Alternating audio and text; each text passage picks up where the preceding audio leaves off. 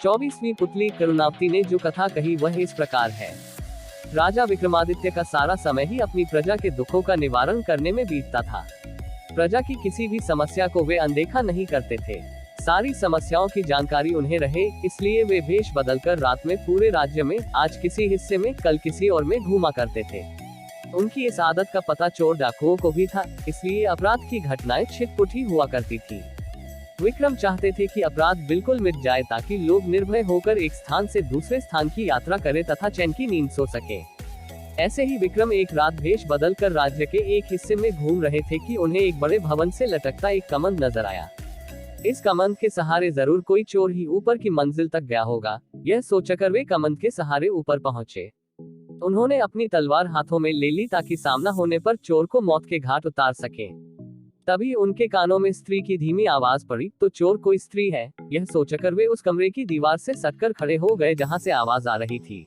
कोई स्त्री किसी से बगल वाले कमरे में जाकर किसी का वध करने को कह रही थी। उसका कहना था कि बिना उस आदमी का वध किए हुए किसी अन्य के साथ उसका संबंध रखना असंभव है। तभी एक पुरुष स्वर बोला कि वह लुटेरा अवश्य है, मगर किसी निरपराध व्यक्ति की जान लेना उसके लिए संभव नहीं है। वह स्त्री को अपने साथ किसी सुदूर स्थान जाने के लिए कह रहा था और उसके विश्वास दिलाने की कोशिश कर रहा था कि उसके पास इतना अधिक धन है कि बाकी बची जिंदगी वे दोनों आराम से बसर कर लेंगे।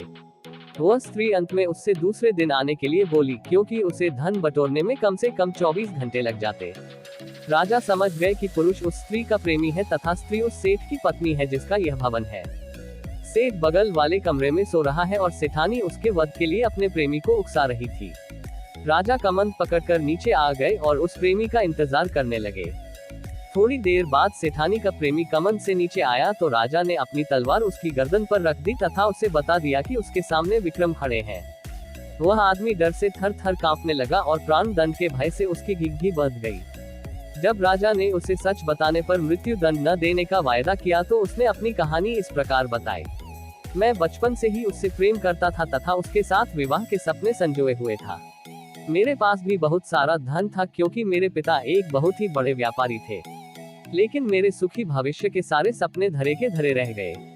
एक दिन मेरे पिताजी का धन से भरा जहाज समुद्री डाकुओं ने लूट लिया।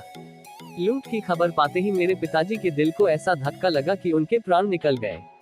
हम लोग कंगाल हो गए। मैं अपनी तबाही का कारण उन समुद्री डाकुओं को मानकर उनसे बदला लेने निकल पड़ा। कई वर्षों तक ठोकर खाने के बाद मुझे उनका पता चल ही गया। मैंने बहुत मुश्किल से उनका विश्वास जीता तथा उनके दल में शामिल हो गया। अवसर पाते ही मैं किसी एक का वध कर देता।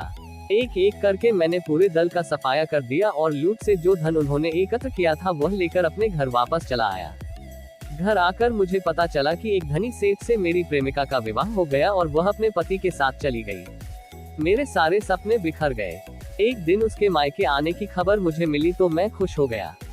वह आकर मुझसे मिलने लगी और मैंने सारा वृतांत उसे बता दिया।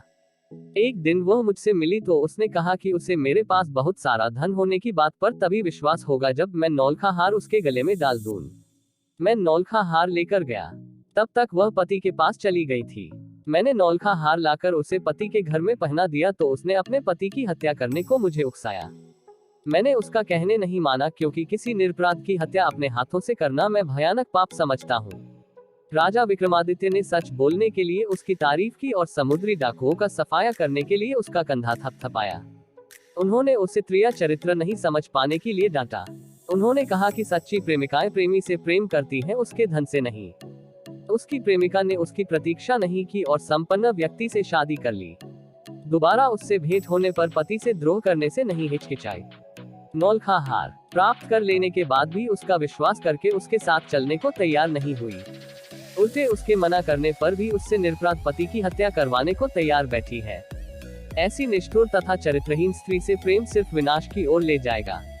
वह आदमी रोता हुआ राजा के चरणों में गिर पड़ा तथा अपना अपराध क्षमा करने के लिए प्रार्थना करने लगा। राजा ने मृत्युदंड के बदले उसे वीरता और सत्यवादिता के लिए ढेरों पुरस्कार दिए। उस आदमी की आंखें खुल चुकी थी। दूसरे दिन रात को उस प्रेमी का भेष धरकर वे कमंद के सहारे उसकी प्रेमिका के पास पहुंचे। उनके पहुंचते ही उस स्त्री ने स्वर्णाभूषणों की बड़ी सी थैली उन्हें अपना प्रेमी समझकर पकड़ा दी और बोली कि उसने विष खिलाकर सेठ को मार दिया और सारे स्वर्णाभूषण और हीरे जवाहरात चुनकर इस थैली में भर लिए। जब राजा कुछ नहीं बोले तो उसे शक हुआ और उसने नकली दाढ़ी मूछ नोच ली। किसी अन्य पुरुष को पाकर चोर चोर चिल्लाने लगी तथा राजा को अपने पति का हत्यारा बताकर विलाप करने लगी। राजा के सिपाही और नगर कोतवाल नीचे छिपे हुए थे। वे दौड़कर आए और राजा के आदेश पर उस हत्यारी चरित्रहीन स्त्री को गिरफ्तार कर लिया गया। उस स्त्री को समझते देर नहीं लगी कि भेष बदलकर आधा हुआ पुरुष खुद विक्रम थे। उसने झट से विष की शीशी निकाली और विषपान कर लिया।